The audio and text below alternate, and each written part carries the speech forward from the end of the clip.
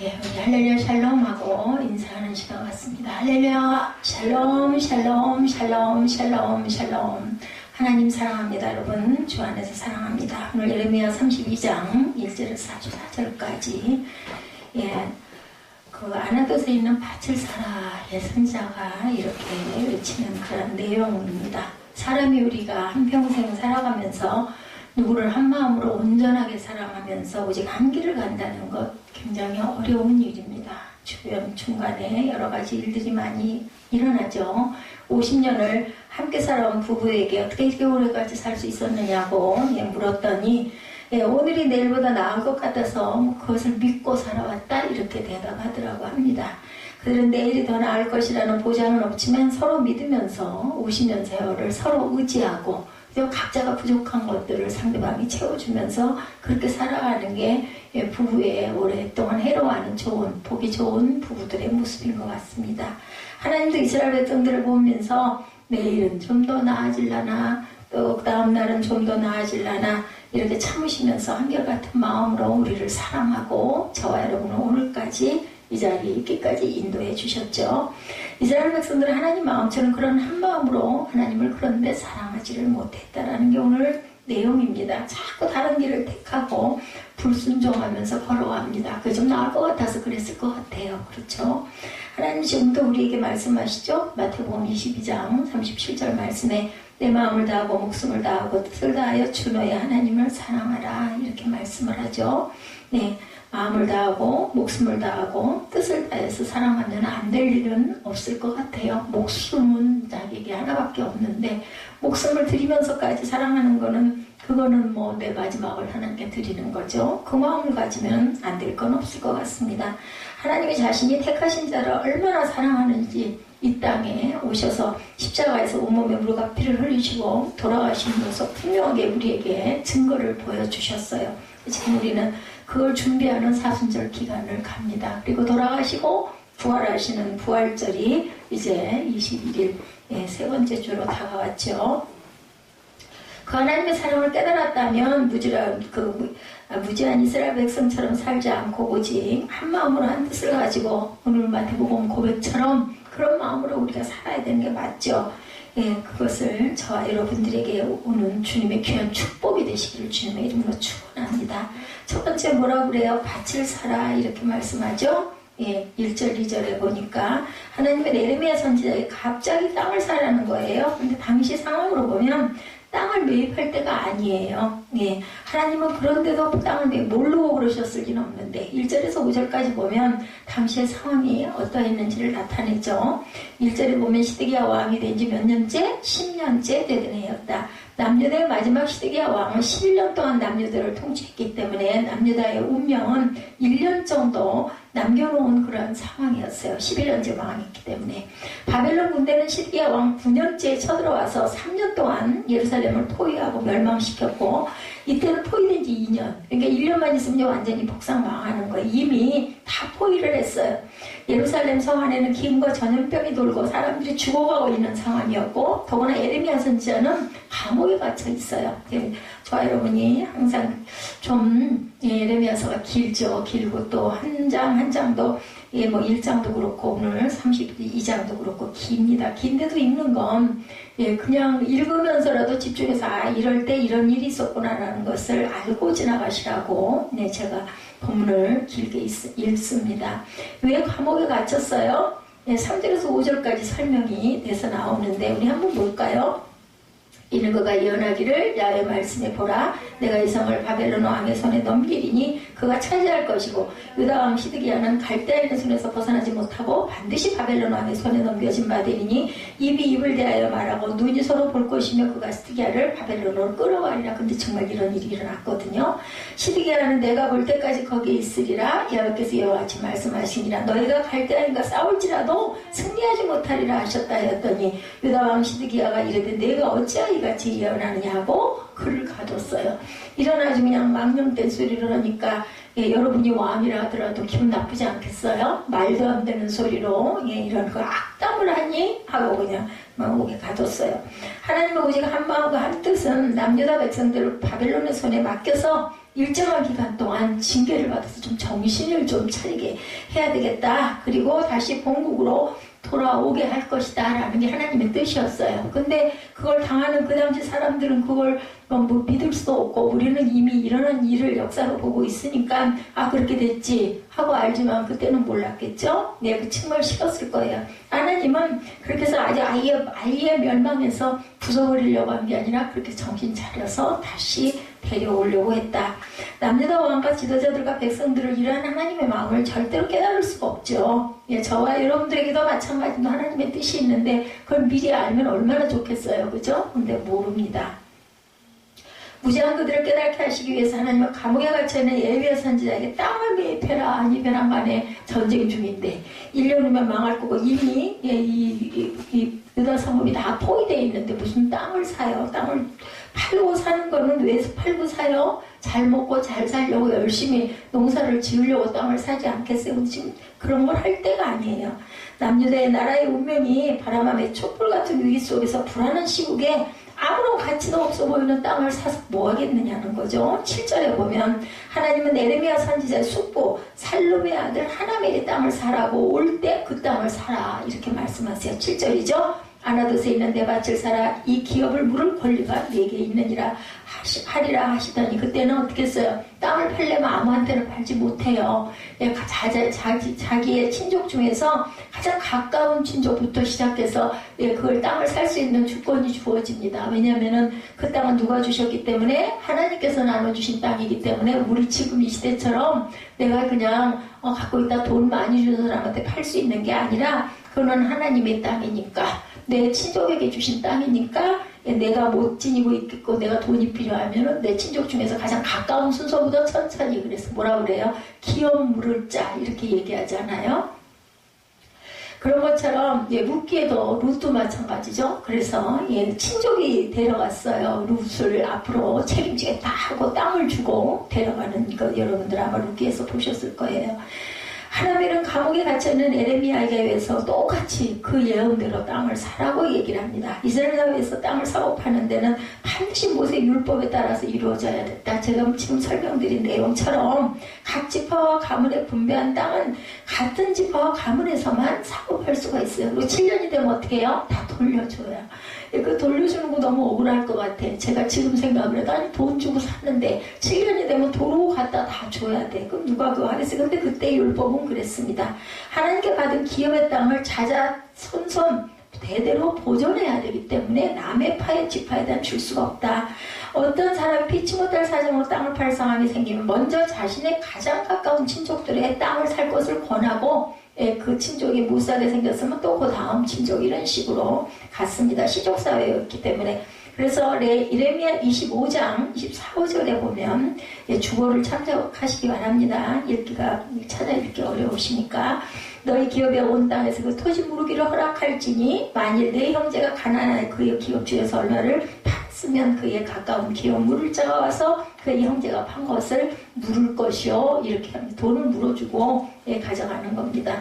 에레미야 선지자의 사촌은 시국이 불안해 아마도 땅을 팔려고 했을 건데 불안한 시국에 가까운 친척이라 해도 그거 사고 싶겠어요? 싫죠.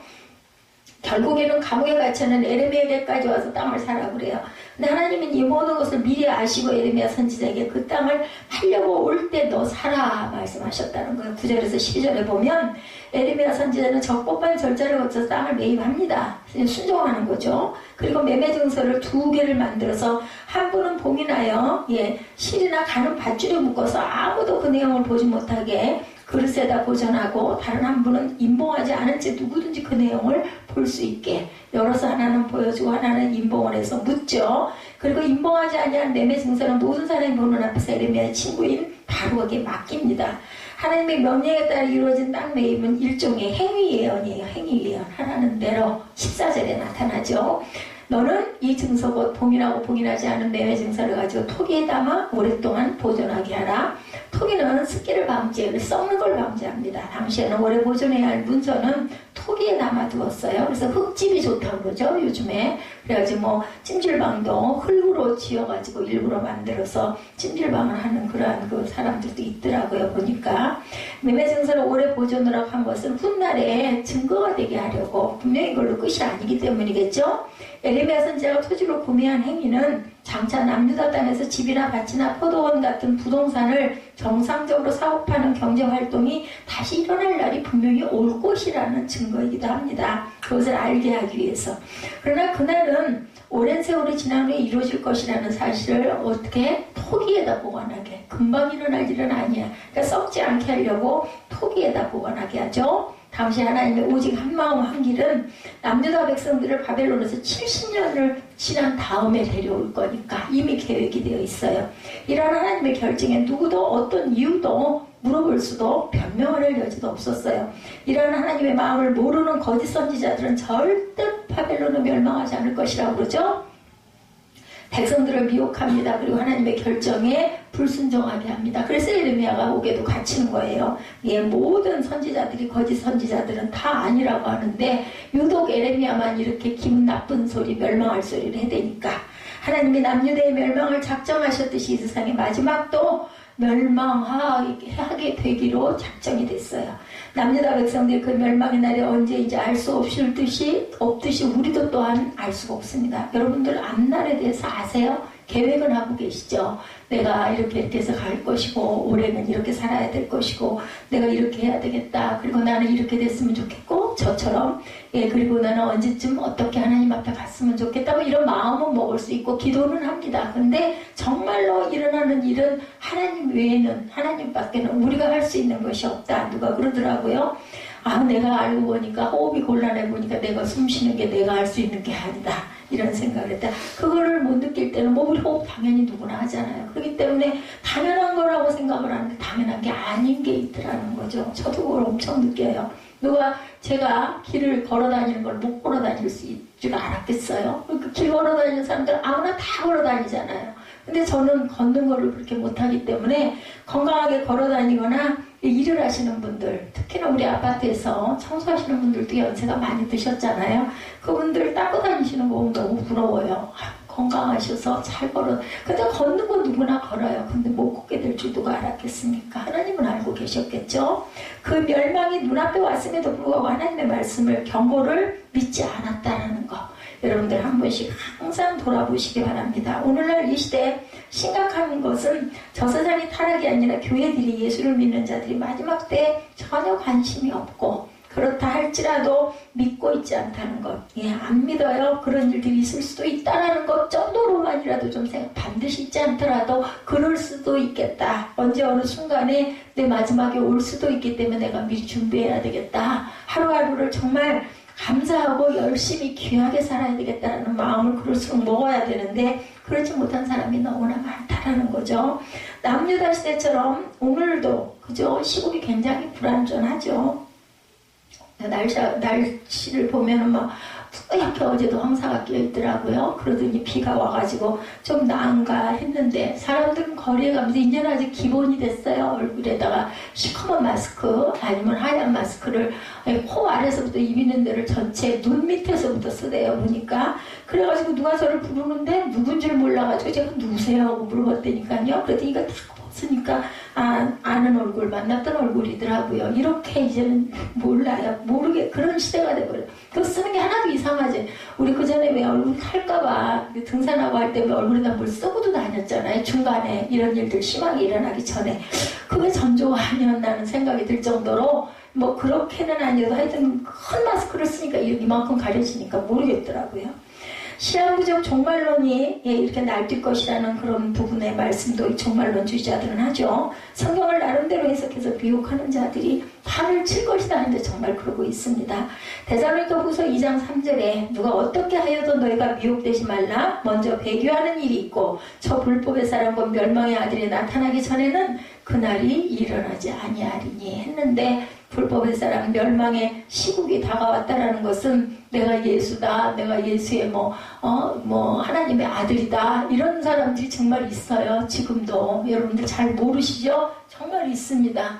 여호와의 증인은 말할 것도 없고 예, 뭐, 하나님의 교회, 그러니까 하필이면 그 로고를 그 사람들이 사가지고, 이제는 하나님의 교회라는 말이 정말 맞는 얘기거든요. 하나님의 교회. 예, 저희 교회 위에도 저기 영어로 써져 있는데, 하나님의 교회면은 그 이상한 교회예요. 네, 그 안산원 교회가 하나님의 교회입니다. 그래서, 예, 남편이 돌아가고 나니까 내가 하나님 어머니다 이러고 있습니다. 맞지가 않죠. 성경하고 전혀 다른 소리를 하고 있으면 무조건 이단이다. 귀를 열 필요도 없고 대거리를 할 필요도 없습니다.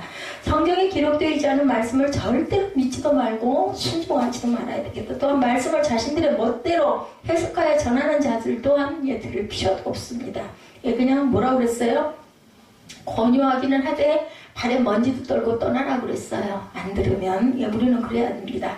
성경은 성경으로 해석되어져야 돼요. 그래서 저희가 읽자고 하는 거예요. 읽으면 뭐 귀에 들어오든 안 들어오든 읽다 보면 아 이렇게 된 거구나 이건 알 수 있으니까. 인간의 지식이나 방법으로 해석되어져서도 당연히 안 되겠죠. 그래서 칼빈은 성경을 성경대로 해석하는 것을 원칙으로 해야 하고 성경이 가는 데까지 가고 성경이 있는 데서 멈추고 성경이 말하는 데까지 말하고 성경이 침묵하는 데서 침묵해야 된다. 그걸 막 일부러 이상하게 해석을 하고 비틀어서 생략을 할 필요가 없다. 성경에 나와 있는 대로만 아멘하고 받고 아닌 거는 그냥 거부하면 됩니다. 내일 세상이 종말이 온다 할지라도 오직 한 마음 한 길을 가자고 그 믿음 생활을 한다면 예수님 우리를 반드시 지켜주시고 보호해 주실 것이다. 뭐 이렇지 않더라도 우리 마음에 말씀을 담고 있으면 우리 색깔이 어떻게 될까요? 말씀 색깔이 될 줄로 믿습니다. 그렇게 가시기 바랍니다. 세상 종말에 너무 두려워할 것도 없어요. 종말이 오면 뭐 어차피 우리 한 번은 갈 거 조금 일찍 올 수도 있고 좀 늦게 올 수도 있고 중요한 거 마음 자세가 가장 중요하다. 항상 마음 안에 준비하고 가시는 저와 여러분 되시기 바랍니다. 두 번째는 에레미야가 기도하죠. 25절부터 보면 주 야훼여 주께서 내게 은을 바칠사며 증인을 세우라 하셨으나 이 성은 갈대아인의 손에 넘기신 바 되었나이다. 이렇게 시작을 하죠.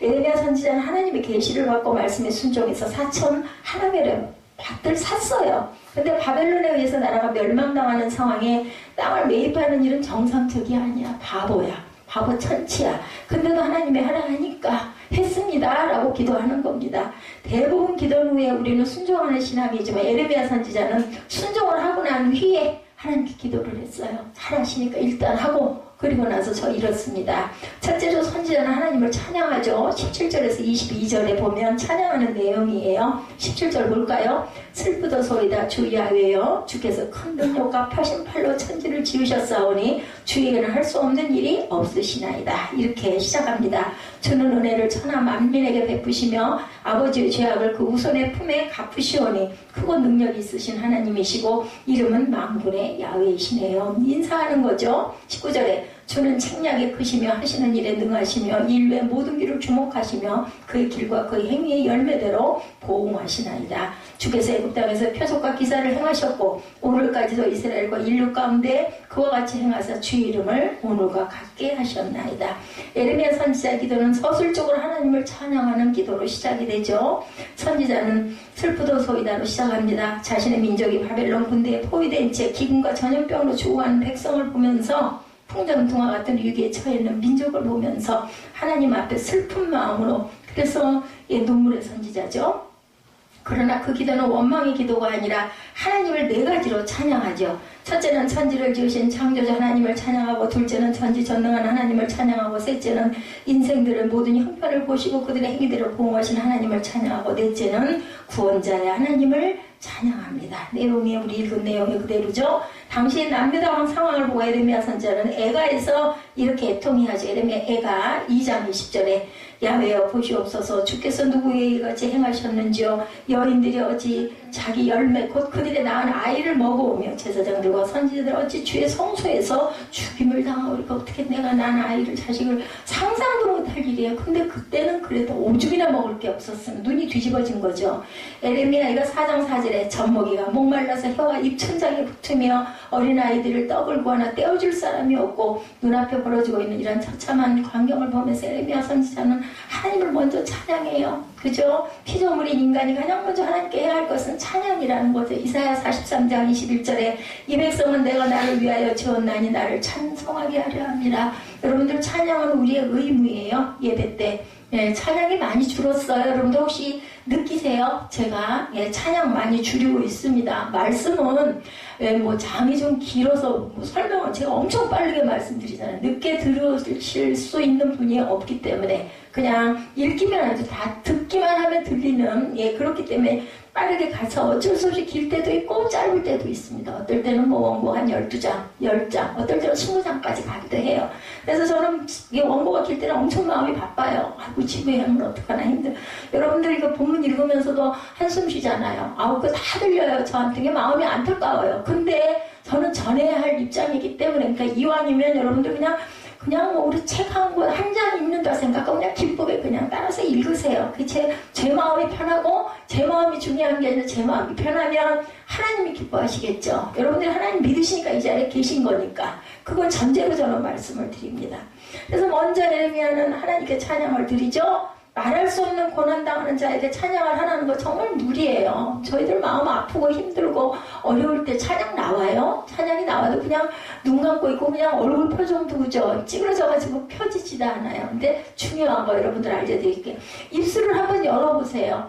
그래가지고 조금만 그죠 그냥 입술로 속으로 그냥 입 밖으로 안 나와도 입술로 움직여보세요. 그러다 보면은 소리가 나게 되고 찬양을 하다 보면 눈물도 나고 찬양을 하다 보면 내 마음이 촉촉히 젖어 들어가는 것을 여러분들 보시게 될 거예요. 그러다 보면 기도도 하게 됩니다.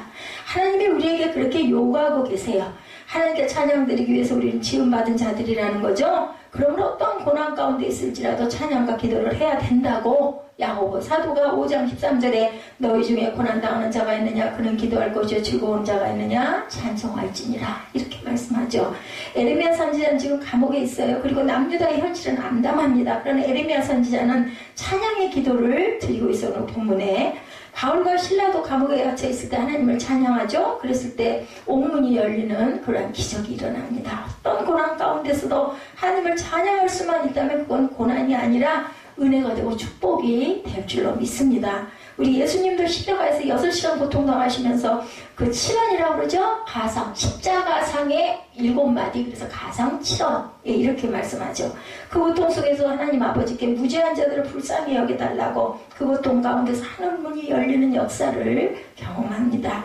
어떤 고난 속에서 하나님을 찬양한 자들이 될 때 착고가 풀리고 고난의 문이 열린다는 건 성경에 있으니까 바울과 실라가 기도했더니 옥문이 열렸어요. 그냥 우리가 얘기하는 이런 데 이런 옥문이 아니죠. 지하 수십 미터 아래에 있는 그러한 그 감방에 갇혀 있었습니다. 근데 거기에 문이 열렸다는 겁니다. 시편 104편 33절에 내가 평생도록 야훼께 노래하며 내가 살아있는 동안 내 하나님을 찬양하리로다. 이렇게 다윗은 찬양합니다. 둘째로 남유다의 죄를 이제 고백해요. 23, 4절에 보면은 그들이 들어가 이를 찾아야 할거늘 주의 목소리를 순종하지 아니하며 주의 율법에서 행하지 아니하며 무릇 주께서 행하라 명령하신 일을 행하지 아니하였으므로 주께서 이 모든 재앙을 그들에게 내리셨나이다. 보옵소서 이상을 빼앗으라고 받은 참호가 이성이 이르렀고 칼과 기근과 전염병으로 말미암아 이성이 이를 치는 갈대아인의 손에 넘길 바 되었으니 주의 말씀대로 되었음을 주께서 보시나이다. 어떻게 보면 좀 미운 소리 같지 않아요? 하나님이 우리를 저주하셔가지고 이미 성은 빼앗기고 이렇게 무서운 세상이 됐습니다. 하나님 보시옵소서 하는 거예요. 그대로 됐어요. 하나님 말씀하신 대로 23절에 아니하였다는 말씀이 3번 언급되고 있어요. 아니하였다. 하나님의 목소리도 하나님이 주신 말씀도 행하라고 하신 명령에도 그들은 불순종했다. 아니하였다. 불순종한 결과 남유다를 바벨론에 넘겨주시겠다는 것이 하나님의 뜻이었고 그렇게 됐다는 거죠. 죄의 결과가 어떤 것인지를 이 말씀을 통해서 우리가 깨달아 알아가게 됩니다.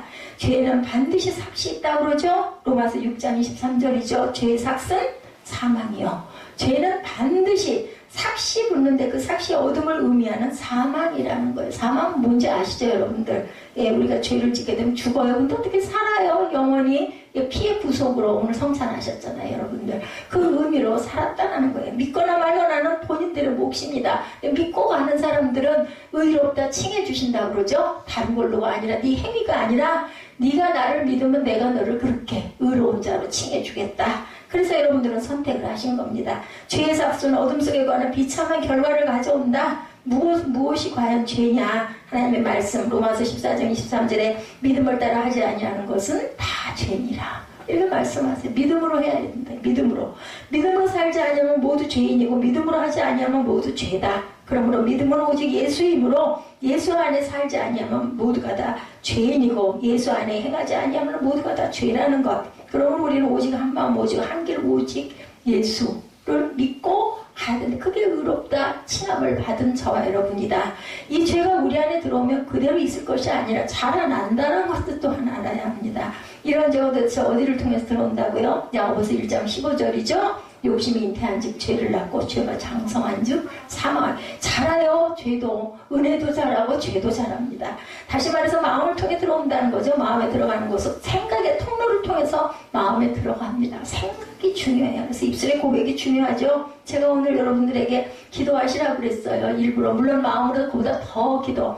또 남에게 보이기 싫은 기도도 있을 수도 있지만 그것도 담대하게 고백할 때 그것도 믿음입니다. 왜냐하면 우리 마음도 하나님이 아시지만 내가 입술로 고백함으로 인해서 주변에 있는 우리 같은 교회에 있는 우리 형제 자매들이 함께 공유하고 함께 얘기할 수 있고 또 하나님께 고백하는 의미로 담대하게 선포할 때 하나님께서 그 믿음도 보시기 때문에 기도를 각각하시라고 그랬습니다.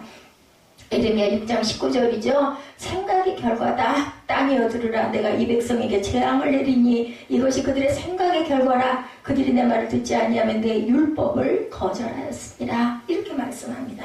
우리가 어떤 생각을 할 때 그 생각은 나의 마음을 점령하고 그렇게 하도록 나를 유도한다. 생각이 입술로 나오죠. 입술로 선포하죠. 그것이 여러분의 생각이에요. 그래서 여러분들이 오늘 기도하신 겁니다. 잠언 4장 23절이죠. 모든 지킬 만한 것 중에 더욱 내 마음을 지키라. 생명의 근원이 이에서 남이니라. 중요합니다. 눈으로 봅니다. 마음으로 생각하고 담습니다. 그 다음에 어떻게 돼요? 입술로 고백하는 거죠. 우리가 죽겠을 때 소리 지르지 않습니까? 예, 죽겠을 때는 눈물을 흘리다가 더 죽겠을 때는 어떻게 엉엉 소리치고 울죠. 이런 것처럼 우리는 고백이 필요하죠. 너희 안에 이 마음을 품으라. 무슨 마음? 그리스도 예수의 마음이라고 빌립보서 2장 5절에도 증거합니다. 오직 예수의 마음을 가지고 날마다 나의 죄를 돌아보고 회개하는 저와 여러분들이 되시기를 주님의 이름으로 축복합니다. 그리고 또한 셋째로 에레미야는 하나님의 뜻이 무엇인지를 물어요. 이제는 하나님을 찬양하고 있는 그대로 현실이 이러한데 하나님이 말씀하신 대로 됐습니다. 그리고 나서는 이제는 묻습니다. 주 야훼여 주께는 25절이죠. 내게 은으로 밭을 사며 증인을 세우라 하셨으나 이 성은 갈대아인의 손에 넘기신 바 되었나이다. 이미 에레미야 선지자는 하나님을 찬양하고 남유다의 불순종에 대해서 기도한 후에 왜 땅을 매입하러 왔는지를 질문하고 있는 거예요. 근데 질문하는 게 왜 그러셨어요? 이러질 않죠. 실제는 이렇습니다고 얘기함으로 하나님이 들으시게, 아니 모르시겠냐고요. 알지만 내가 정말 이게 왜 이렇게 됐는지 모르겠다. 그럴 땐 이런 식으로 겸손하게 묻죠. 하나님을 찬양하고 기도하고 그리고 묻습니다. 왜 고난 중에 땅을 매입하라고 하셨을까? 이 부분이 와 있었기 때문에 어렵고 힘든 일이 찾아왔을 때 에레미야처럼 먼저 하나님을 찬양하고 감사하고 내 죄를 회개한 후에 하나님께 왜 이런 고난이 왔는지 질문하시면 돼요. 있는 그대로 솔직하게. 우리의 대부분의 기도가 응답받지 못하는 이유 세 가지라고 그러죠. 하나님께 찬양보다 원망과 불평을 가지고 나오기 때문에 응답을 못 받고, 나의 죄의 문제를 회개도 하지 않고 기도만 하기 때문에 응답받지 못하고, 하나님의 뜻에 어디 있는지 묻지도 않고 내 뜻만 강구하기 때문에 응답을 받지 못해요. 이사야 59장 1, 2절이죠. 야의 손이 짧아 구원하지 못하심도 아니요 귀가 둔하여 듣지 못하심도 아니라 오직 너희 죄악이 너희와 너희 하나님 사이를 갈라놓았고 너희 죄가 그의 얼굴을 가려서 너희에게 듣지 않으시게 함이니라. 죄가 얼굴 가려대는 건 뭐예요? 회개하지 않았다라는 이야기입니다. 내 뜻보다는 하나님의 뜻을 묻는 기도가 되시기를 주님의 이름으로 축복합니다. 세 번째, 하나님의 응답이죠. 에레미야 32장 26절에서 44절이에요. 그때 야훼의 말씀이 에레미야에게 임하여 이르시되 나는 야훼여 모든 육체의 하나님이라 내가 할 수 없는 일이 어디 있겠니? 라고 말씀합니다. 오히려 거꾸로 물어보죠. 에레미야 선지자 합당한 기도에 하나님은 즉각적인 응답을 두 가지로 하죠. 첫째는 26절에서 35절 사이에 가장 중요한 것, 그들의 죄악 때문이다. 30절부터 봅니다. 이는 이스라엘 자손과 유다 자손이 예로부터 내 눈앞에 악을 행하였을 뿐 아니라 이스라엘 자손은 그의 손으로 만든 것을 가지고 나를 경노하게 한 것뿐이라 야훼의 말씀이니라. 이 성이 건설된 날부터 오늘까지 나의 노여움과 분을 일으킴으로 내가 내 앞에서 그것을 옮기려 하노니 이는 이스라엘 자손과 유다 자손이 모든 악을 행하여 내 노여움을 일으켰음이라. 그들과 그들의 왕들과 그의 고관들과 그의 제사장들과 그의 선지자들과 유다 사람들과 예루살렘 주민들이 다 그러하였느니라. 니들이 이래서 내가 이렇게 된 거다. 27절을 보면 하나님은 먼저 에레미야 선지자에게 자신의 전능하심을 상기시키죠. 나는 야훼여. 27절 모든 육체의 하나님이라 내게 할 수 없는 일이 있겠느냐? 예, 이렇게 너희들을 내가 구원해 줄 수도 있고 전쟁에서 이길 수도 있게 하고 그들을 물리칠 수도 있어 얘기해요. 28절에 그러므로 야훼께서 이와 같이 말씀하시나 보라 내가 이 성을 갈대아인의 손에 바벨론의 느부갓네살 왕의 손에 넘길 것인즉 그가 차지할 것이다. 네, 내가 너희들을 그렇게 안 할 수도 있지만 너희들이 죄가 있기 때문에 어쩔 수 없다는 거죠. 모든 육체의 하나님이시며 할 수 없는 일이 없다는 사실을 강조하시죠. 하나님께서는 사람을 죽이기도 하시고 살리시기도 하시고 뭐 성경에도 있습니다. 하나님의 전능하심이 강조되고 있는 이유, 예루살렘에 바벨론에 멸망받는 것은 하나님이 자기 백성을 지키실 능력이 없어서가 아니라 니네들도 좀 깨달아 알게 고생을 좀 해야 된다. 28절이죠. 예루살렘 성을 그들의 손에 붙였다. 29절에도 나를 경노하게 한 집들을 불사를 것이다 라고 말씀합니다. 30절에서 31절에는 예루살렘 성을 바벨론 왕에게 붙이신 이유를 우리 읽었죠. 예, 그것은 곧 우상숭배 때문이다. 30절에 내 눈앞에서 악을 행하였다. 하나님 앞에서 악 행하는 거는 우상을 숭배해서 그래요. 그러면 저와 여러분들이 그런 얘기 할 거 아니에요. 저 우상 숭배 안 하는데요. 예, 여러분에게 우상은 뭔지 생각해 보시면 됩니다.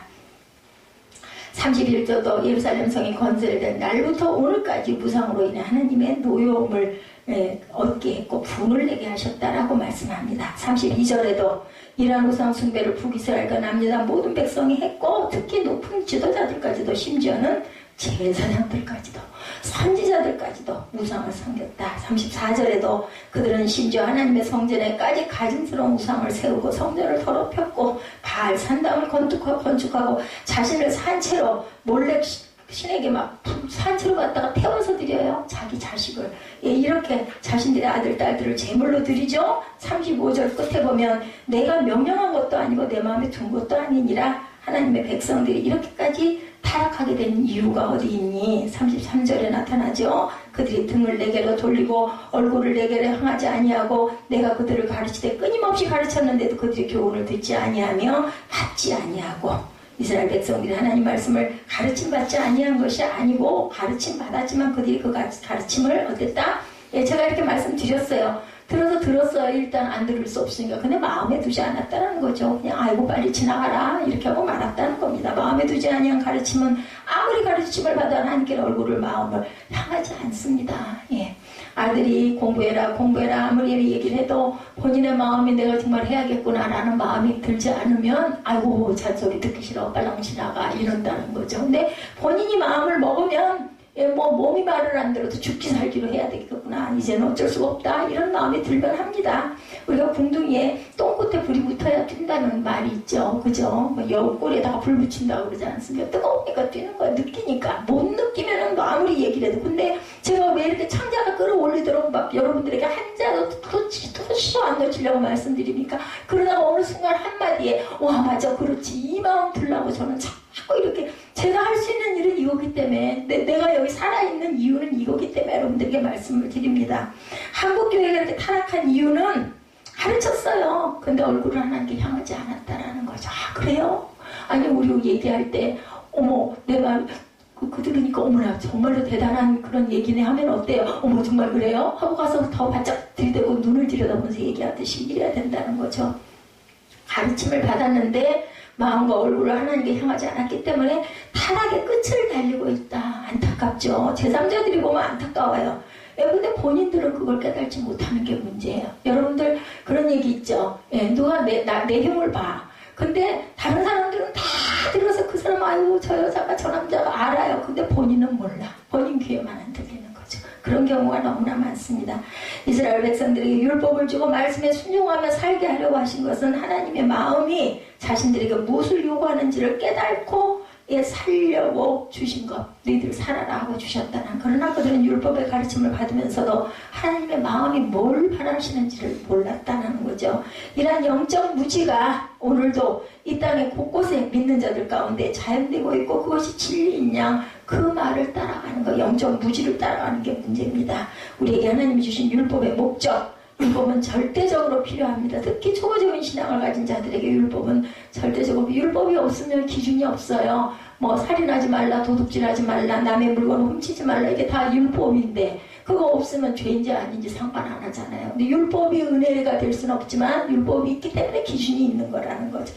그러나 그 율법이 나를 의롭게 해줄 수는 절대 없습니다. 나는 율법 다 지켰으면 나는 의로워하는 그런 자는 하나도 없어요. 왜냐면 우리 안에 죄성이 있기 때문에 도둑질 안 했으면 간음의 마음이 일어나기도 하는 거고, 그죠? 남의 물건 절대 안 훔쳤어. 그리고 나 우상숭배 안 했어. 그럼 내 마음에 누구를 미워하고 죽이고 싶은 마음이 있으면 그것도 살인이라고 얘기하십니다. 그렇기 때문에 그 율법을 다 지키는 사람은 아무도 없습니다. 지키면 지킬수록 나는 더욱 큰 죄인으로 변해간다는 사실을 우리가 절대로 잊지 말아야 된다. 갈라디아서 5장 4절이죠. 율법 안에서 의롭다함을 얻으려는 너희는 그리스도에게 끊어지고 은혜에서 떨어진 자더라. 이렇게 말씀하세요. 어쩌라고 그러면 율법을 지키라고 해놓고는 이런 말씀을 왜 해? 근데 그 안에서 절대 우리를 의로워질 수가 없다. 다 지킬 수가 없기 때문에. 갈라디아서 2장 21절에 만일 의롭게 되는 것이 율법으로 말미암이면 그리스도께서 왜 돌아가시냐고. 율법만 잘 지키면 되지. 뭐 피로 우리를 구속해 주실 필요가 없는 거. 갈라디아서 2장 16절에 사람이 의롭게 되는 것은 율법의 행위로 말미암이 아니요 오직 예수 그리스도를 믿음으로 말미암은 줄 알므로 우리도 그리스도 예수를 믿는다. 이렇게 얘기합니다. 우리가 율법의 행위로서가 아니고 그리스도를 믿음으로 의롭다함을 얻으려 하므로 율법의 행위로서는 의롭다함을 얻을 육체가 없습니다. 그래서 율법의 최종 목적은 예수 그리스도로 인도하는 초등교사가 되어야 한다. 갈라디아서 3장 24절이죠. 이것이 율법이 우리를 그리스도께로 인도하는 초등교사가 되어 우리로 하여금 믿음으로 말미암아 의롭다함을 얻게 하려 합니다. 아주 고귀한 신학적인 게 아니에요. 초등교사라고 그래요. 초등학교가 뭔지 여러분들 아시죠? 기본적인 거. 우리가 의롭다함을 얻게 할 그 율법이 우리를 그리스도께 인도하는 초등교사다. 그렇기 때문에 믿음으로 말미암아 저와 여러분은 의롭다함을 얻었다. 그러므로 결국 율법의 목적은 나의 죄를 깨닫게 해서 예수 그리스도 안에서 자유를 누리고 예수 안에서 살도록 하기 위함이다. 로마서 10장 4절이죠. 그리스도는 모든 믿는 자에게 의를 이루기 위하여 율법의 마침이 되셨다고 합니다. 디모데전서 1장 9절에 알 것은 이것이니 율법은 옳은 사랑을 위하여 세운 것이 아니요 오직 불복한 자와 복종하지 아니하는 자와 경건하지 아니한 자와 죄인과 거룩하지 아니한 자와 망령된 자와 아버지를 죽이는 자와 어머니를 죽이는 자와 살인하는 자며 하나님 앞에 맹세코 오직 한 마음 한 길을 가지고 살아가기로 작정한 자라면 율법이 나를 절대로 붙잡아 둘 수가 없다고 말합니다. 오직 예수 신앙을 가지고 하나님 앞에 날마다 내 마음을 드리고 얼굴을 향하여 살아간다면 그 어떤 율법이 나를 정죄할 수가 없다. 요한복음 8장 32절이죠. 뭐가 나를 진리를 알지니 진리가 너희를 자유롭게 하려. 진리가 뭐예요? 말씀이에요. 이 진리는 예수 그리스도십니다. 요한복음 14장 6절이죠. 내가 곧 길이요 진리요 생명이니 나로 말미암지 않고는 아버지께로 올 자가 없다라고 말씀하셔요. 한 마음과 한 길을 주시겠다고 두 번째로 36절에서 44절입니다. 말씀 다 끝났어요. 조금만 참으세요. 하나님의 심판과 징계가 끝나고 회복이 된다는 날이 오리라는 소망의 말씀이 누구에게 주어지고 있는가. 38절에 보면 그들은 내 백성이 되겠고 그는 그들의 하나님이 될 것이며 누가 하나님의 백성이 되고 그들의 하나님이 될 거라고 그래요. 39절에 한 마음과 한 길을 가진 자들에게 하나님이 되고 그들은 하나님 백성이 될 것이다. 한 마음과 한 길 가고자 하는 사람들, 하나님을 경외하는 마음을 그들 속에 두시겠다고, 그리고 곧 영원한 언약이 될 것이다. 예수님이 모든 율법을 크게 두 가지로 선포하시죠. 마태복음 22장 37절에서 40절에 예수께서 이르시되 내 마음을 다하고 목숨을 다하고 뜻을 다하여 주 너희 하나님을 사랑하라 하셨으니 이것이 크게 첫째 되는 계명이고 둘째는 이와 같으니 내 이웃을 내 자신같이 사랑하라 하셨더니 이 두 계명이 온 율법과 선지자의 강령이니라.